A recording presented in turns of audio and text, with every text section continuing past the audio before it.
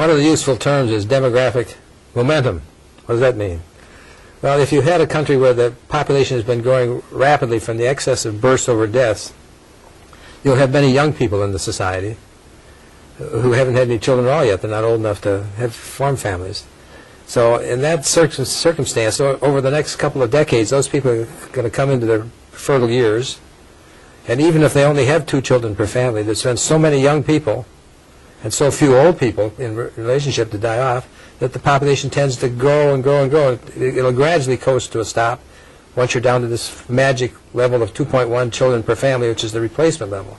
But it takes many years to get there. And I think it's analogous to driving a car. If you're driving a car at 70 miles an hour, it's got a lot of momentum. And even if you put the brakes on very hard, it's going to travel a long ways before it finally comes to a halt. We saw this sort of thing in China, where they went to this drastic 1 child per family regulation for several decades because they realized they could do the numbers.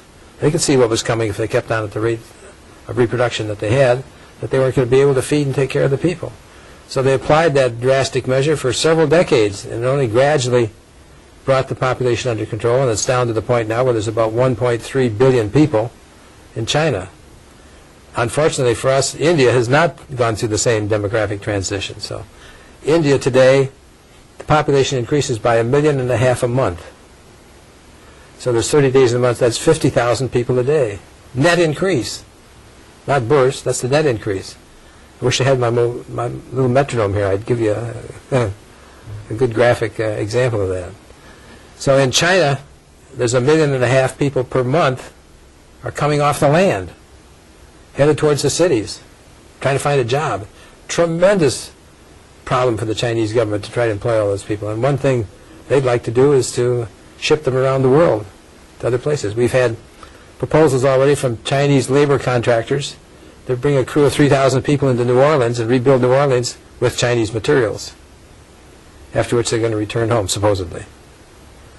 So that's the demographic background. So there's both demographic momentum from the excess of births over deaths and a rapidly growing population by natural increase, as it's called. There's also momentum in a migrant stream, where one person comes, sends home, tells that somebody else they could make it, and helps provide them with a job and coverage. The 2 expands to 3 to 4. And pretty soon, the job opportunities in the home country dry up because everybody's focus is on someplace else. And so once that stream gets going and is fed by high rates of population growth in the native country, it's very difficult to bring it to an end.